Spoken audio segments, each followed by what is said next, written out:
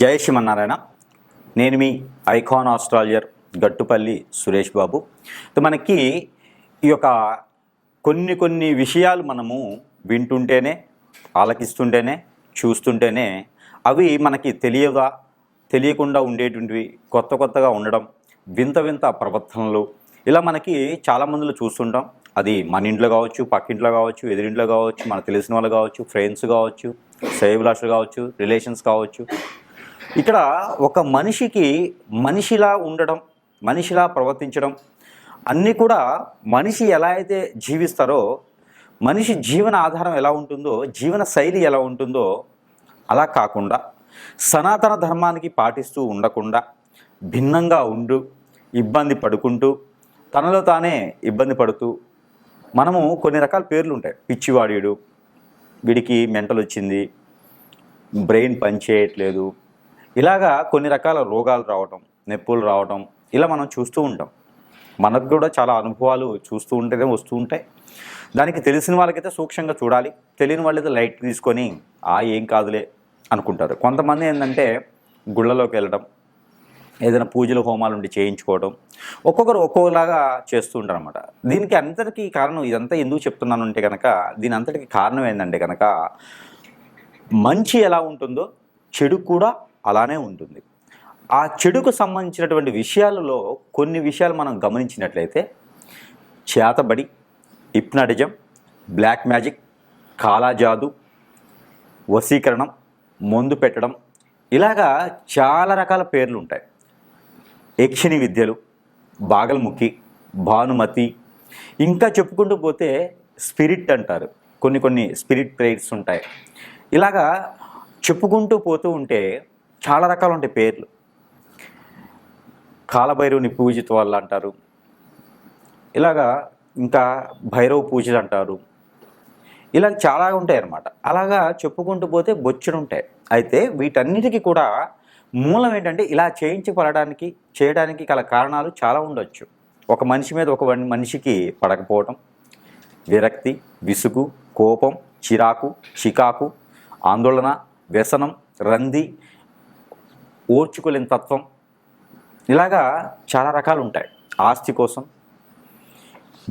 ఒక మనిషి ఇష్టం ఉండి వశపరుచుకోవడానికి, ఇలాగా రకరకాలుగా ఉండేటువంటి విధానాలు, ఆశలు, కోరికలు మనిషిని ఎంత దూరమైనా తీసుకెళ్తాయి. పోనీ ఇలా చేసేవాళ్ళు ఉన్నారా అంటే ఖచ్చితంగా ఉన్నారని చెప్పవచ్చు. ఇలా చేయించబడిన వాళ్ళకి పరిహారం ఉంటుందా అంటే ఖచ్చితంగా ఉంటుందని కూడా చెప్పవచ్చు. అయితే దీనికి ముళ్ళుతోనే తీయాలి అనే ఒక నినాదం అయితే ఉంది కదా, దాని ప్రకారంగా మాత్రమే చేయాలి. అయితే ఇందులో కొన్ని లక్షణాలు కల అటువంటి స్త్రీ పురుషులు కావచ్చు, పిల్లలు కావచ్చు, కొన్ని లక్షణాలు ఉంటే వారికి ఏం జరుగుతుంది, వారికి తీయించుకునే విధానం ఏంటి, అసలు మనం ఎలా గమనించుకోవాలి అని పరిశీలన చేసినట్లయితే కనుక, మనం మొదటగా ద్వాదశ రాశుల్లో నుంచి తీసుకుందాం.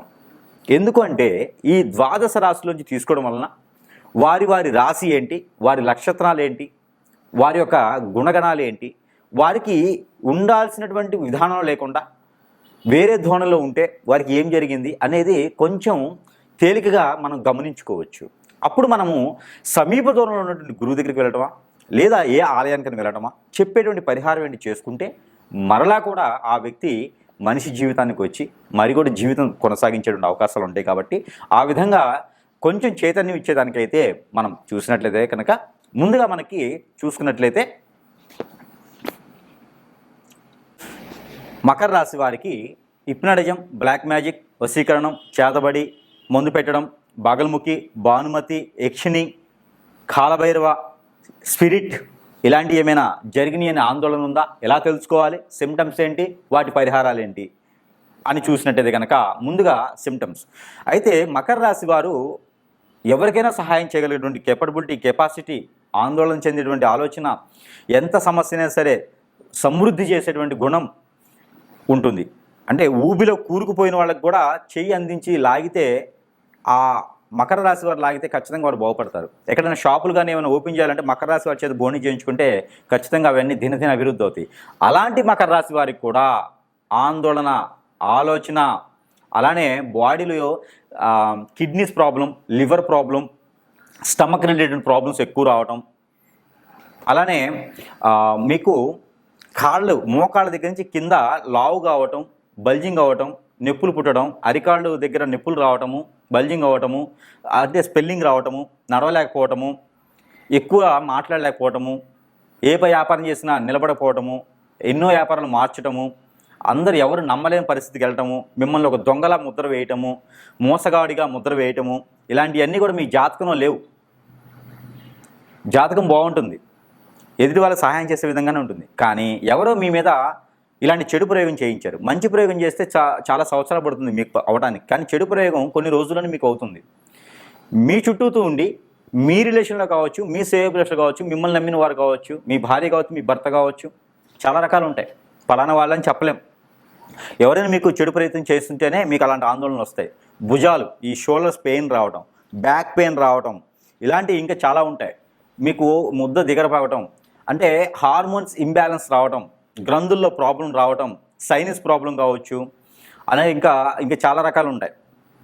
ఇవన్నీ కూడా మీకు సమస్య ఎక్కడి నుంచి వస్తుంది అంటే ఏదో చెడు ప్రయోగం వల్ల మాత్రమే వస్తుంది. పక్షవాతం రావటం, సోరియాసిస్, పెరాలసిస్, ఇలాంటివన్నీ కూడా మీకు ఆరోగ్య సమస్యలతో రావు. మీకు ఏదో జరుగుతుంది, ఆ జరగడం మాత్రమే వస్తుంది. ఒక్కొక్కసారి ఈ రాశి వారు అయితే కోమాలకు కూడా వెళ్ళిపోతారు, బ్రెయిన్ పనిచేయదు, బ్రెయిన్ క్యూబర్ లాంటివి కూడా వస్తాయి. అవన్నీ కూడా ఎవరో ఏదో చేపిస్తున్నారు, మీ ఇంటి మీద కావచ్చు, మీ మీద కావచ్చు.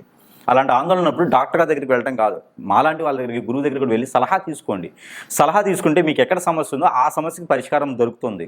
అందుకని మీరేం చేస్తారంటే, ఇలా మీకు సిమ్టమ్స్ ఉన్నాయంటే కనుక ఖచ్చితంగా మకర రాశి వారు రావి చెట్టు, వేప చెట్టుకి పూజ చేయడం, వేప చెట్టు ఆకులు తీసుకొచ్చి నీళ్ళల్లో వేసి, జామ చెట్టు ఆకులు తీసుకొచ్చి నీళ్ళల్లో వేసి, మునగ చెట్టు ఆకులు తీసుకొచ్చి నీళ్ళల్లో వేసి, రావి చెట్టు ఆకులు తీసుకొచ్చి నీళ్ళల్లో వేసి, కొన్ని మాత్రమే నీళ్ళల్లో వేసి ఆ నీటిని బాగా మరిగించేసి, దాంట్లో కొంచెం పసుపు వేసి బాగా నీటిని మరిగించేసి ప్రతి వారానికి ఒకసారి స్నానం ఆచరించడం.